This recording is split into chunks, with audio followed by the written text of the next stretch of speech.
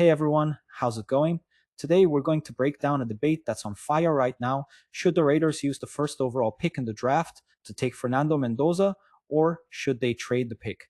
And I'll warn you right now, there are some spicy takes coming. The panel is stacked. Greeny, Dan Orlovsky, Dominique Foxworth, Jeff Saturday, all people who really know their stuff. So let's watch this clip together and react to what they're saying about the future of the Raiders and Mendoza. A crew down there on the field was that very prominently there were both Tom Brady and Mark Davis, the ownership and sort of leadership of the Las Vegas Raiders, who have the first pick in the draft. And I'm going to posit the following and sort of putting on our NFL draft cap. Fernando Mendoza is most definitely going to be the first pick in this draft. I think there's almost no doubt of that. He is an excellent quarterback, a very good pro prospect, perhaps not up on the level of what Trevor Lawrence was coming out or Andrew Luck was coming out or even Caleb Williams, but a surefire number one pick.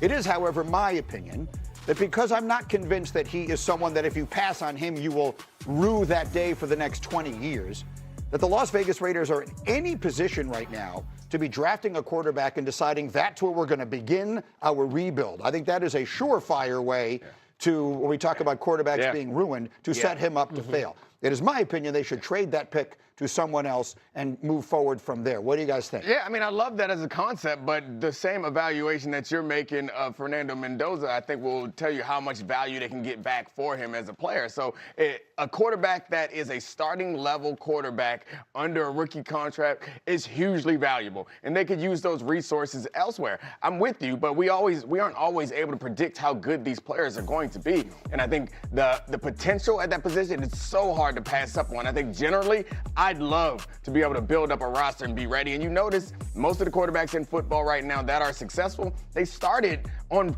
teams that have much more of a foundation. See, this is exactly what I'm always saying. The team has to be at least somewhat ready before you throw a rookie into the fire.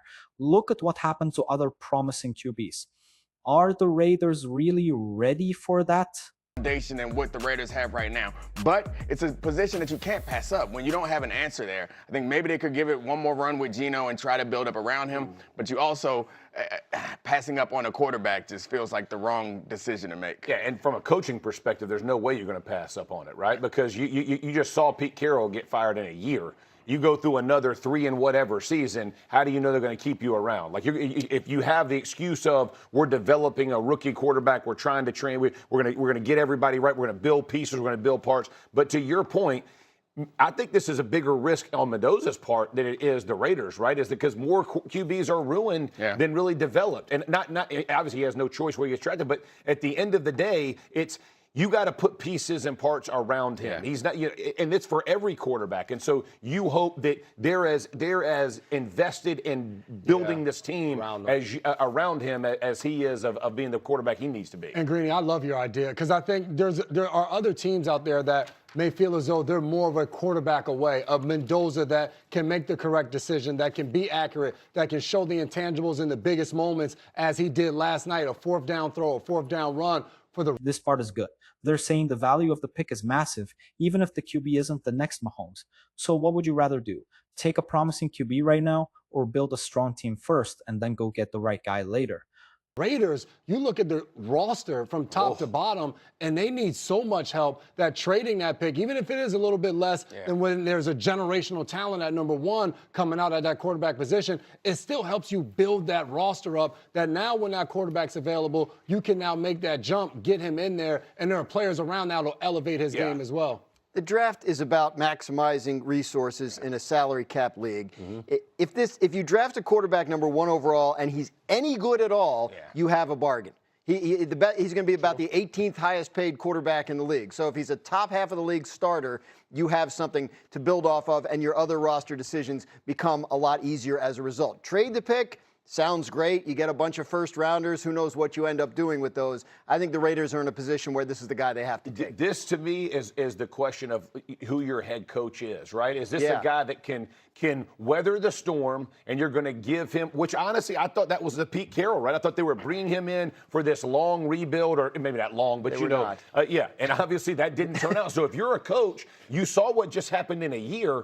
What do you expect to be that different? That's going to be the biggest question. Ultimately, you have have to have a plan for that position. And if you defer making that decision now, that means that you're going to make it at some point. You're going to sign a free agent, or you're going to have to find a way to get higher in the draft. So if you trade Mendoza for a couple of, or trade the option to get Mendoza for a couple of first-round picks, you're going to be packaging those picks up next year to move up, to be able to buy, to be able to trade for another, or just to be able to draft another quarterback. So the decision has to be made at some point. Right now, it's probably the easiest decision where you won't get criticized. Everyone's expecting you to do it now, and he shows the potential to be able to build on it. It's a hard position to pass up on. And the other thing we're going to hear a lot of is, well, next year's draft. Next year's draft has these guys. You always hear that. Yeah. A year is a lifetime in college football. A year ago, nobody would have had Fernando Mendoza as the number one pick. And, Joe Burrow was not before. Right. So you can't, the bird in the hand, I think, is the right call. Just so hard for that young man to go somewhere and succeed. If we went around the table and I said to you guys, right now, if he stepped foot in the Raiders facility, who are the 3 receivers he's throwing to? You're going to sit there at some point, we're going to get around to the question of, should Mendoza demand not to be traded? Wow. The debate just got way heavier. They're already talking about whether Mendoza should refuse to be drafted by the Raiders. That's wild. So we've seen that happen before with other players. Do you think he should actually do that?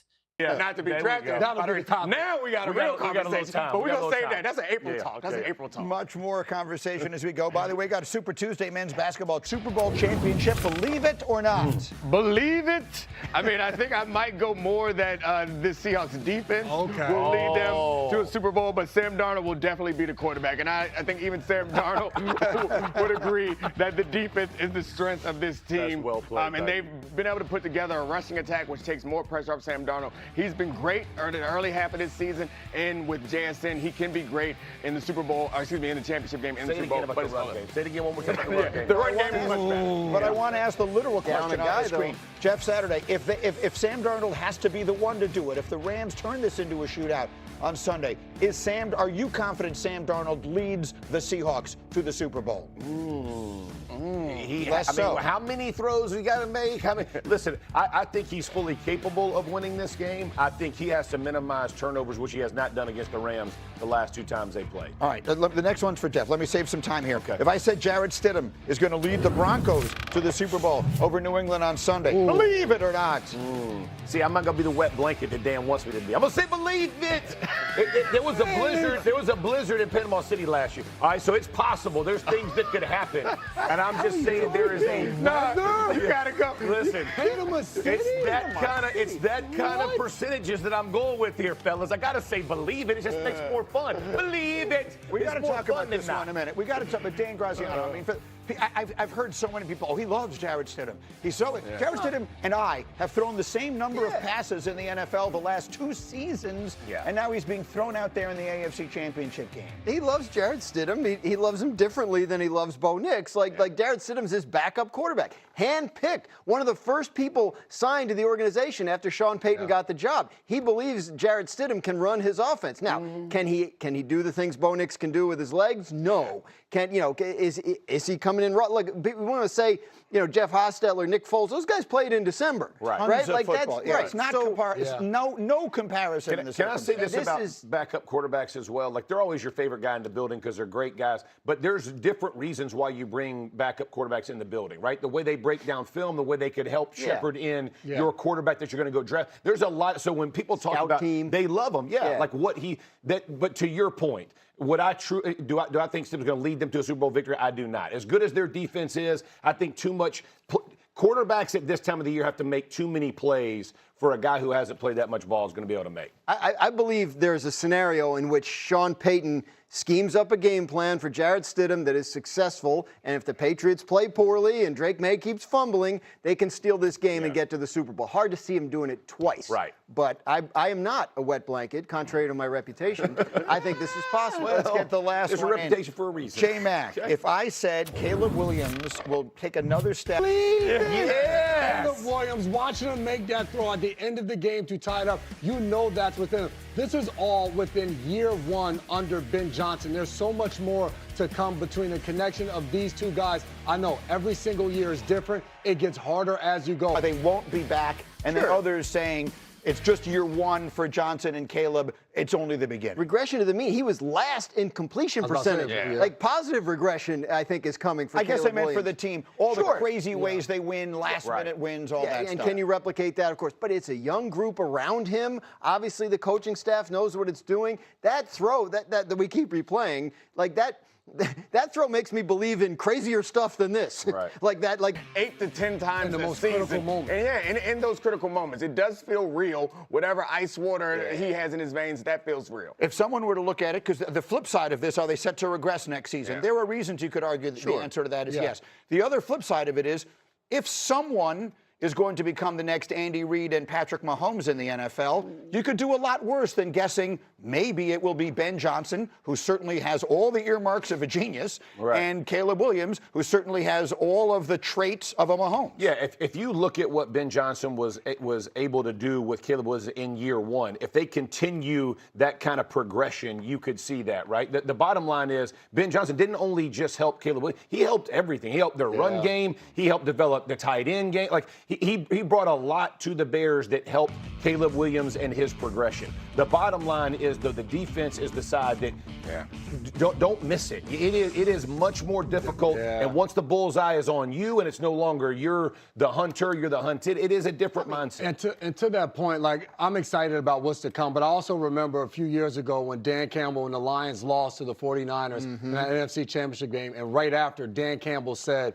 like, you don't realize how hard it is to get here. We don't know that we're going to get the opportunity to be back here. So, yes, that's always, it comes into the equation, but you got to be excited when you watch Caleb Williams. I'm not worried about the schedules. I mean, they beat the Eagles. They played in the NFC North and won it. I mean, it's not like they had like the easiest schedule in the world this year. They had some signature wins. They're beating playoff teams, almost beating the Rams. I don't know, man. I think a lot of one-score wins. I think that's the that's true. That's true. If this same team shows up and plays as well as they played this year, they will not be as successful as they were this year. The question is, will they be better? That's the point. That's the point. They have to get better in order to be competitive. And I think on defense, you know, there's room for improvement, obviously. And the young, you know, the two of the receivers, counting the tight end, were rookies. One of the running backs is a rookie.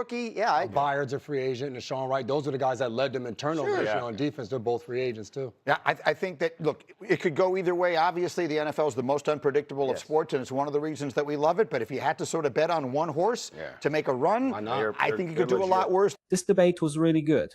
Greeny brought a more cautious perspective, suggesting that the Raiders don't have the structure yet to bring in a rookie like Mendoza. Meanwhile, Jeff Saturday and Orlovsky are more in the just take the guy and build around him camp, big names, divided opinions. The truth is, Mendoza clearly has a ton of potential, but the Raiders' current situation is rough. The team looks lost, lacks a solid foundation, and doesn't have the pieces in place. You can put everything on a rookie's shoulders and expect magic. They need to decide right now whether they're going to build a real project or just burn through another QB. My take, if it were up to me, I'd trade that pick, get 2 or 3 solid players and build a decent roster. Then, at the right time, you go get your franchise QB. But right now, it feels like a trap. If you enjoyed the video, hit the like button, subscribe to the channel, and drop a comment telling me what you'd do if you were the Raiders GM.